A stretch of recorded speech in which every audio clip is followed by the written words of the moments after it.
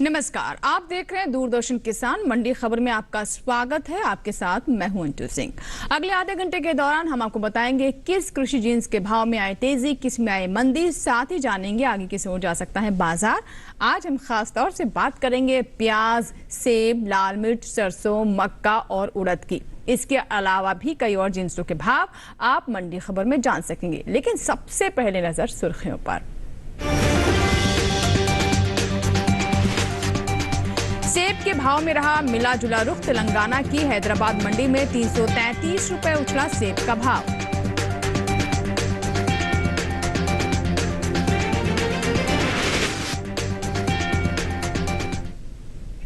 और बुलेटिन की शुरुआत करते हैं सेब से।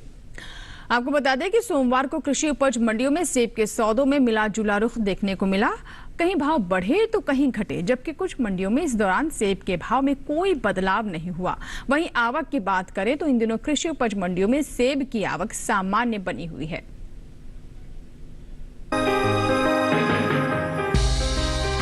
इन दिनों कृषि उपज मंडियों में सेब की आवक सामान्य बनी हुई है। सोमवार को ज्यादातर मंडियों में सेब बिकवाली के लिए पहुंचा। 4 जुलाई को अधिकांश कृषि उपज मंडियों में सेब के सौदों में मिला जुला रुख देखने को मिला। कहीं भाव चढ़े तो कहीं घटे, जबकि कुछ मंडियों में इस दौरान सेब के भाव में कोई फेरबदल देखने को नहीं मिला। बात इसके हाजिर भाव की करें तो एगमार्क नेट के अनुसार उत्तर प्रदेश की वाराणसी मंडी में 2 जुलाई को सेब का भाव था 12,000 रुपए। 4 जुलाई को इसके भाव में 500 रुपए की भारी गिरावट आई और भाव 11,500 रुपए पर आ गया। जबकि झारखंड की रांची मंडी में इस दौरान सेब के सौदों में बढ़त के साथ कारोबार हुआ। यहाँ 2 जुलाई को सेब का भाव था 10,000 रुपए। 4 जुलाई को इसके सौदे 100 रुपए मजबूत होकर 10,100 रुपए पर हुए। इसी तरह तेलंगाना की हैदराबाद मंडी में सेब के सौदों में तेजी देखने को मिली। यहाँ 2 जुलाई को सेब का भाव रहा 8,000 रुपए। 4 जुलाई को इसके भाव में 333 रुपए का उठाव आया और भाव 8,333 रुपए पर जा पहुंचा। वहीं मध्य प्रदेश की भोपाल मंडी में बीते 2 दिनों के दौरान सेब के भाव स्थिर रहे। यहाँ 2 और 4 जुलाई को सेब 18,000 रुपए पर बिका। महाराष्ट्र की पुणे मंडी में 1 जुलाई को सेब का भाव रहा 9,000 रुपए। 4 जुलाई को इसके सौदों में कोई फेरबदल नहीं हुआ और भाव 9,000 रुपए पर बना रहा। इस साल सेब की पैदावार में कमी का अनुमान है। कृषि मंत्रालय की ओर से बागवानी फसलों के लिए जारी तीसरे आंकलन के अनुसार साल 2020-21 में सेब की पैदावार 20,59,000 टन रह सकती है, जबकि साल 2019-20 के दौरान उपज का आंकड़ा 28,14,000 टन रहा था। यानी सेब की पैदावार बीते साल के मुकाबले 7 लाख हेक्टेयर पीछे चल रही है। बता दें कि इस साल अप्रैल महीने के दौरान देश से होने वाला फलों का निर्यात घटा है। एपीडा की ओर से जारी ताजा आंकड़ों के अनुसार 2,359 टन की कमी देखने को मिली है। साल 2022 में अप्रैल के दौरान देश से कुल फलों का निर्यात 1,29,518 टन का हुआ है, जबकि बीते साल की समान अवधि के दौरान निर्यात 1,31,877 टन का ही हुआ था।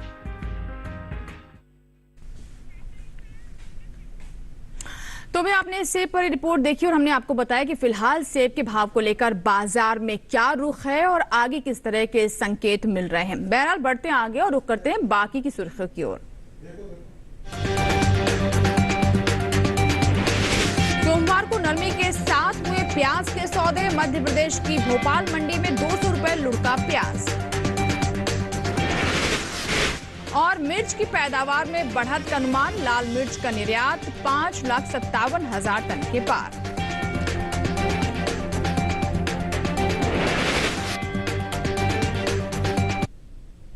बात करते हैं प्याज के। कृषि उपज मंडियों में प्याज की आवक सामान्य बनी हुई है।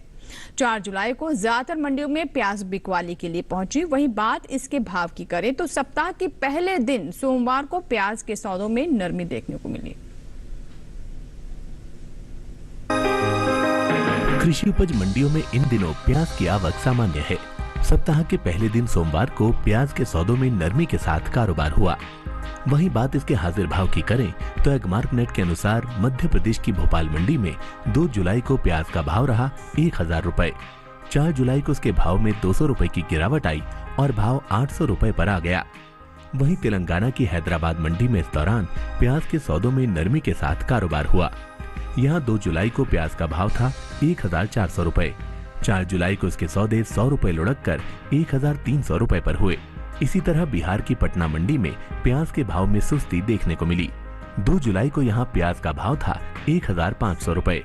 4 जुलाई को इसके सौदे 50 रुपए टूटकर 1,450 रुपए पर हुए।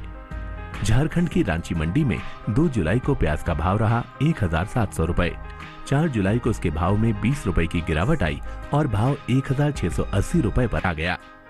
प्याज के भाव में नरमी का सिलसिला उत्तर प्रदेश की वाराणसी मंडी में भी बरकरार रहा। यहाँ शनिवार को प्याज का भाव था 1,600 रुपए। सोमवार को यहाँ प्याज 100 रुपए टूटकर 1,500 रुपए पर बिकी। इस साल घरेलू स्तर पर प्याज की उपज बीते साल से ज्यादा रह सकती है। कृषि मंत्रालय की ओर से बागवानी फसलों के लिए जारी तीसरे अग्रिम अनुमान के मुताबिक देश में प्याज की उपज बीते साल से 7 लाख टन से ज्यादा होने की उम्मीद है। साल 2020-21 में प्याज की कुल उपज 2,68,30,000 टन रहने का अनुमान जताया गया है, जबकि बीते साल की समान अवधि के दौरान प्याज की पैदावार 2,60,91,000 टन रही थी। बता दें कि देश से होने वाले सब्जियों के निर्यात में इस साल अप्रैल महीने के दौरान कमी देखने को मिली है। एपीडा की ओर से हाल ही में जारी ताज़ा आंकड़ों के अनुसार साल 2022 में अप्रैल महीने के दौरान देश से कुल सब्जियों के निर्यात में 9,399 टन की कमी आई है। साल 2022 में अप्रैल महीने के दौरान सब्जियों का कुल निर्यात 2,50,420 टन का हुआ है, जबकि बीते साल इस दौरान निर्यात 2,59,819 टन का हुआ था। तो प्याज पर आपने रिपोर्ट देखी और हमने आपको बताया कि कैसे इसके भाव में फिलहाल नरमी नजर आ रही है और आगे स्थिति किस तरीके की रह सकती है। हमने आपको बताया कि किस तरीके से मंडियों में जो आवक है उसके बाद भाव किस तरह का रुख दिखा रहे हैं और आपको हमने अभी भी दिखाया आंकड़ों से कि किस तरीके से किन मंडियों में भाव में नरमी दर्ज की जा रही है। फिलहाल बढ़ते हैं आगे और अब बात करते हैं आलू की। देखते हैं देश की विभिन्न मंडियों में कैसे रहे आलू के भाव। शुरुआत मध्य प्रदेश की भोपाल मंडी से, जहां पर आलू का भाव रहा 1,600 रुपए। वहीं महाराष्ट्र की मुंबई मंडी में भाव रहा 1,900 रुपए। झारखंड की रांची मंडी में भाव रहा 1,700 रुपए।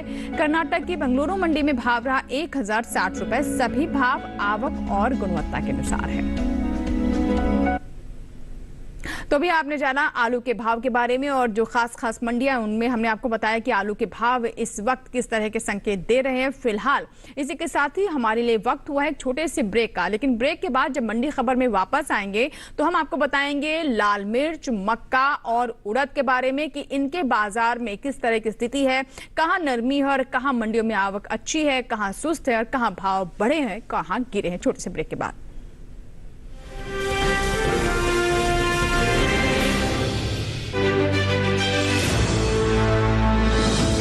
खुशहाल होंगे खेत, पशु भी रहेंगे स्वस्थ,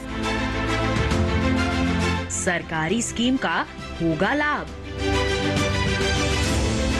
जब एक्सपर्ट्स का मिलेगा साथ, किसानों के सवाल, विशेषज्ञों के जवाब, अब सिर्फ एक फोन कॉल पर।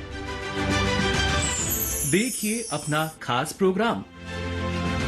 हमारे टोल फ्री नंबर हैं 1800-113060, 1800-113061। हेलो किसान, सोमवार से शुक्रवार शाम 6 बजे सिर्फ दूरदर्शन किसान पर।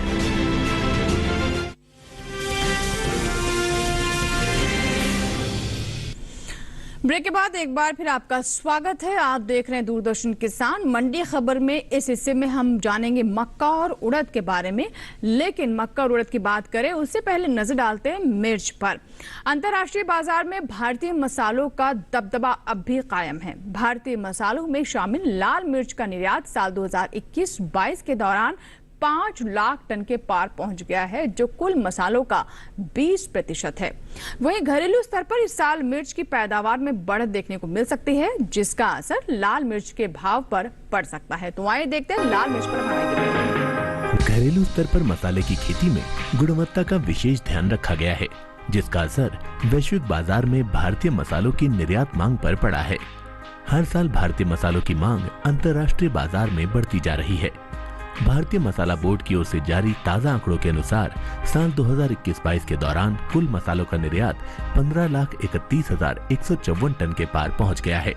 भारत विश्व स्तर पर मिर्च का सबसे बड़ा उत्पादक, उपभोक्ता और निर्यातक है। भारत में लाल मिर्च आंध्र प्रदेश, कर्नाटक, मध्य प्रदेश और महाराष्ट्र में 7,92,000 हेक्टेयर में उगाई जाती है। फसल वर्ष के दौरान अगस्त और सितंबर महीने के दौरान मिर्च की खेती होती है। मार्च और अप्रैल में मिर्च की कटाई हो जाती है। हर साल भारत में उत्पादित लगभग 13 लाख मिलियन टन लाल मिर्च में से 70% मिर्च की खपत घरेलू स्तर पर होती है।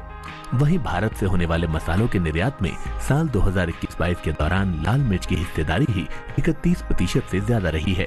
लाल मिर्च के निर्यात की बात करें तो भारतीय मसाला बोर्ड की ओर से जारी ताज़ा आंकड़ों के अनुसार साल 2021-22 के दौरान भारत से 5,57,168 टन लाल मिर्च का निर्यात हुआ है, जबकि बीते साल की समान अवधि के दौरान लाल मिर्च का निर्यात 6,49,815 टन का रहा था। लाल मिर्च और दूसरे मसालों के निर्यात को देखते हुए देश के किसानों ने मसालों की खेती पर जोर दिया है। यही वजह है कि इस साल कुल मसालों की पैदावार में अच्छा इजाफा हो सकता है। कृषि मंत्रालय की ओर से बागवानी फसलों के लिए जारी तीसरे अग्रिम अनुमान के मुताबिक देश में साल 2019-20 के दौरान 1,01,37,000 टन मसालों की पैदावार हुई थी, जबकि साल 2020-21 के दौरान कुल मसालों की पैदावार में 5,42,000 टन की बढ़त हो सकती है और कुल उपज 1,06,00,000 टन के पार जा सकती है। कुल मसालों की उपज में लाल मिर्च, जीरा, धनिया, अदरक और हल्दी की हिस्सेदारी सबसे ज्यादा रही है। वहीं बात मिर्च की पैदावार की करें तो तीसरे अग्रिम अनुमान के अनुसार घरेलू स्तर पर इस साल मिर्च की पैदावार में बढ़त का अनुमान जताया गया है। साल 2020-21 के दौरान मिर्च की पैदावार 20,92,000 टन होने का अनुमान है, जबकि साल 2019-20 के दौरान मिर्च की उपज 18,35,000 टन रही थी। बढ़ते आगे, और जैसा कि अभी हमने आपको बताया कि किस तरीके से भारतीय लाल मिर्च की मांग अंतर्राष्ट्रीय बाजार में लगातार बनी हुई है, रिकॉर्ड भी स्थापित हुआ है और खास तौर पर हमारे देश के जो मसाले हैं इनका बाजार हमेशा ही गर्म रहता है और उसमें लाल मिर्च का जो शेयर है वो लगभग 20% है और अभी इसमें भी लगातार इजाफा हो रहा है। तो ये तो बात हुई लाल मिर्च की। बढ़ते आगे और अब बात करते हैं पपीता की। देखते हैं देश के विभिन्न मंडियों में कैसे रहे पपीता के भाव। शुरुआत करते हैं उत्तराखंड की देहरादून मंडी से, जहां पर पपीते का भाव रहा 2,500 रुपए। कर्नाटक की बेंगलुरु मंडी में भाव रहा 1,750 रुपए। महाराष्ट्र की पुणे मंडी में भाव रहा 1,500 रुपए और चंडीगढ़ मंडी में भाव रहा 2,150 रुपए। सभी भाव आवक और गुणवत्ता के अनुसार है। पपीता के बाद आइए बात करते हैं मक्का की। आपको बता दें कि वैश्विक रूप से मक्का की रानी के रूप में जाने जाने वाली मक्का का निर्यात बढ़ा है, यानी इसके निर्यात में भी इजाफा देखा जा रहा है। कृषि और प्रसंस्कृत खाद्य उत्पाद निर्यात विकास प्राधिकरण यानी एपिडा के मुताबिक चालू वित्त वर्ष 2021-22 में अप्रैल से जनवरी महीने के दौरान मक्का के निर्यात में खासी बढ़त देखने को मिली है। बीते 10 महीनों के दौरान मक्का का निर्यात 816.31 मिलियन डॉलर तक पहुंच गया है, जबकि बीते साल अगर इस दौरान की बात करें और उसकी से तुलना करें तो उस दौरान निर्यात 634.85 मिलियन डॉलर का हुआ है। बांग्लादेश और नेपाल जैसे पड़ोसी देश भारतीय मक्का के प्रमुख आयातक हैं। बांग्लादेश ने चालू वित्त वर्ष 2021-22 में अप्रैल से जनवरी के दौरान 345.5 मिलियन डॉलर का मक्का आयात किया है, जबकि नेपाल ने इस दौरान 132.16 मिलियन डॉलर मूल्य का मक्का आयात किया है। वहीं बात मक्का की पैदावार की करें तो भारत में चावल और गेहूं के बाद मक्का तीसरी सबसे महत्वपूर्ण अनाज की फसल है। खरीफ फसल होने के बावजूद भारत में मक्का की खेती पूरे साल की जाती है। मक्का की खेती मुख्य रूप से कर्नाटक, मध्य प्रदेश, केरल, बिहार, तमिलनाडु, तेलंगाना, महाराष्ट्र और आंध्र प्रदेश जैसे राज्यों में की जाती है। आपको ये भी जानकारी दे दें कि कृषि मंत्रालय की ओर से हाल ही में आंकड़े जारी किए गए हैं, जिस पर अगर हम नजर डालें तो उसके अनुसार चालू वित्त वर्ष की बात करें तो इस बार भी रिकॉर्ड उपज होने का अनुमान है।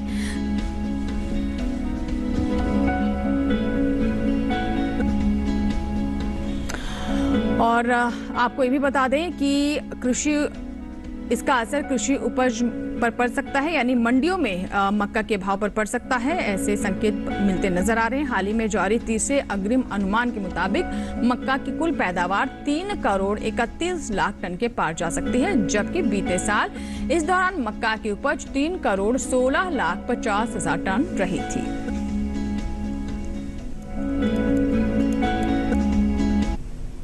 तो जैसा कि हमने आपको बताया कि मक्का न सिर्फ हमारे देश में बड़े पैमाने पर पैदा की जाती है, बल्कि वैश्विक बाजार में भी इसकी काफी मांग है और लगातार अंतर्राष्ट्रीय स्तर पर मक्का की खपत भी बढ़ रही है और इसकी मांग भी बरकरार है और इसमें भी इजाफा हो रहा है। आइए बात करते हैं अनार की। देखते हैं देश की विभिन्न मंडियों में कैसे रहे अनार के भाव। बिहार की पटना मंडी में अनार का भाव रहा 9,500 रुपए। झारखंड की रांची मंडी में भाव रहा 11,000 रुपए। महाराष्ट्र की मुंबई मंडी में भाव रहा 9,500 रुपए। और वहीं अगर हम बात करें तेलंगाना की हैदराबाद मंडी की, तो यहाँ पर भाव रहा 600 रुपए। सही भाव आवक और गुणवत्ता के अनुसार है। और अब बात करते हैं उड़द की। देश में इस साल उड़द की पैदावार में बढ़त देखने को मिल सकती है। घरेलू स्तर पर उड़द की उपज इस साल 5,30,000 टन की बढ़ोतरी इसमें हो सकती है। कृषि मंत्रालय की ओर से हाल ही में जारी तीसरे अग्रिम अनुमान के मुताबिक साल 2021-22 के दौरान उड़द की पैदावार 27 लाख टन के पार जा सकती है, जबकि बीते साल इस दौरान उपज 22,30,000 टन ही रही थी। वही बात कुल दलहन की पैदावार की करें तो घरेलू स्तर पर इस साल कुल दलहन की रिकॉर्ड उपज होने का अनुमान जताया गया है। कृषि मंत्रालय के मुताबिक साल 2021-22 के दौरान देश में कुल दलहन की पैदावार 2 करोड़ 77 लाख 50 हजार टन होने का अनुमान है, जबकि बीते साल इस दौरान दलहन की उपज 2 करोड़ 54 लाख 60 हजार टन रही थी। यानी इस साल कुल दलहन की पैदावार में 22 लाख 90 हजार टन की बढ़त देखने को मिल सकती है। बता दें कि देश से होने वाले दालों के निर्यात में इस साल अच्छी बढ़त देखने को मिल रही है।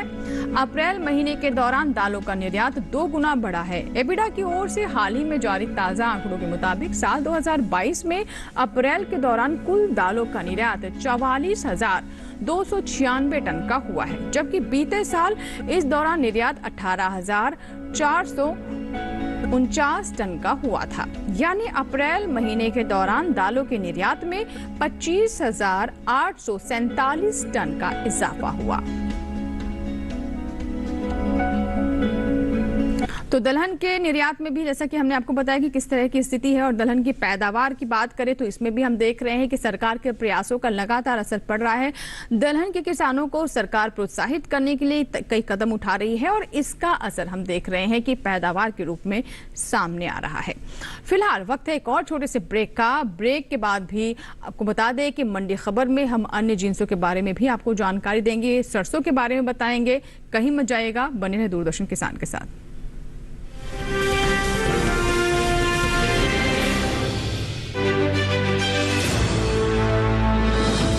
खुशहाल होंगे खेत,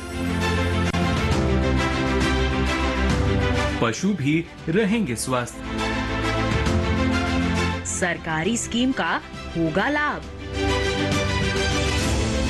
जब एक्सपर्ट्स का मिलेगा साथ,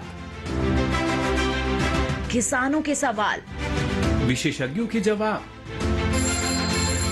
अब सिर्फ एक फोन कॉल पर। देखिए अपना खास प्रोग्राम। हमारे टोल फ्री नंबर हैं 1800-113060, 1800-113061। हेलो किसान, सोमवार से शुक्रवार शाम 6 बजे सिर्फ दूरदर्शन किसान पर।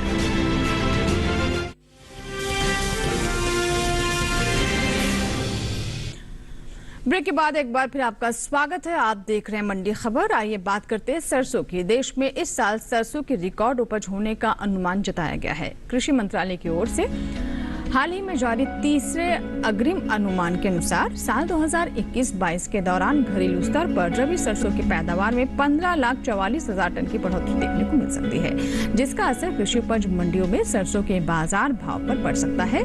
साल 2021-22 के दौरान रबी सरसों की उपज 1,17,54,000 टन होने का अनुमान है, जबकि बीते साल इस दौरान पैदावार 1,02,10,000 टन ही रही थी। वहीं कुल तिलहन की पैदावार पर नजर डालें तो इस साल कुल तिलहन की उपज रिकॉर्ड स्तर पर पहुंच सकती है। कृषि मंत्रालय के मुताबिक घरेलू स्तर पर कुल तिलहन की पैदावार बीते साल के मुकाबले 25 लाख टन से ज्यादा होने की उम्मीद है, जिसका असर कृषि उपज मंडियों में तिलहन के बाजार भाव पर पड़ सकता है। साल 2021-22 के दौरान कुल तिलहन की पैदावार 3 करोड़ 84 लाख टन के पार जा सकती है, जबकि साल 2020-21 के दौरान कुल तिलहन की उपज 3 करोड़ 59 लाख 46 हजार टन रही थी। तो अभी हमने आपको सरसों के बारे में बताया और जो अग्रिम अनुमान है कृषि मंत्रालय की ओर से, उसके अनुसार इसकी उपज भी अच्छी हो सकती है और दलहन के साथ साथ तिलहन को लेकर के भी आत्मनिर्भरता को और बढ़ाने के लिए सरकार की तरफ से प्रयास किए जा रहे हैं और तिलहन के क्षेत्र में भी इसका असर हम देख रहे हैं। रकबे के रूप में हम देख रहे हैं कि इसमें बढ़ोतरी नजर आ रही है और उपज भी पहले से बेहतर हो रही है। फिलहाल अब बात करते हैं केला की और देखते हैं केला के भाव क्या रहे देश के विभिन्न मंडियों में। शुरुआत करते हैं कर्नाटक की बेंगलुरु मंडी के साथ, जहां पर केले का भाव रहा 2250 रुपए। चंडीगढ़ मंडी में भाव रहा 2150 रुपए। बिहार के पटना मंडी में भाव रहा 2200 रुपए और उत्तर प्रदेश की वाराणसी मंडी में भाव रहा 2500 रुपए। सही भाव आवक और गुणवत्ता के अनुसार है। अब बात करते हैं आम की। तेलंगाना की हैदराबाद मंडी में आम का भाव रहा 4200 रुपए। महाराष्ट्र की पुणे मंडी में भाव रहा 6000 रुपए। झारखंड की रांची मंडी में भाव रहा 3500 रुपए और मध्य प्रदेश की भोपाल मंडी में भाव रहा 5000 रुपए। सही भाव आवक गुणवत्ता के अनुसार है। और आइए बात करते हैं टमाटर की। उत्तराखंड की देहरादून मंडी में टमाटर का भाव रहा 1400 रुपए। वहीं अगर हम बात करें कर्नाटक की बेंगलुरु मंडी की, तो यहाँ पर भाव रहा 2200 रुपए। मध्य प्रदेश की भोपाल मंडी में भाव रहा 1700 रुपए और चंडीगढ़ मंडी में भाव रहा 4500 रुपए। सही भाव आवक गुणवत्ता के अनुसार है। और इसी के साथ ही आज के मंडी खबर में बस इतना ही। उम्मीद करते हैं किसानों को अपनी उपज का सही भाव लेने में मंडी खबर से मदद मिल रही होगी। आपको चलते चलते ये भी बता दें कि अब आप हमारा ये कार्यक्रम यानी मंडी खबर हमारे YouTube चैनल पर भी देख सकते हैं। इसके लिए बस करना आपको ये है, टेलीविजन स्क्रीन पर दिखाए जा रहे इस QR कोड को आप स्कैन करें और सीधे देखिए मंडी खबर हमारे YouTube चैनल पर। इसके साथ ही आप DD किसान पर प्रसारित होने वाले अन्य कार्यक्रम भी हमारे YouTube चैनल पर देख सकते हैं। तो हमारे चैनल को जरूर सब्सक्राइब करें, जो भी कार्यक्रम आपको पसंद आए उन्हें लाइक करें और कमेंट के माध्यम से आप अपने सुझाव, अपनी राय, अपने फीडबैक हम तक पहुंचा भी सकते हैं। तो सब्सक्राइब करें DD किसान के YouTube चैनल को। इसी के साथ ही दीजिए इजाजत, लेकिन आप बने रहे दूरदर्शन किसान के साथ। नमस्कार।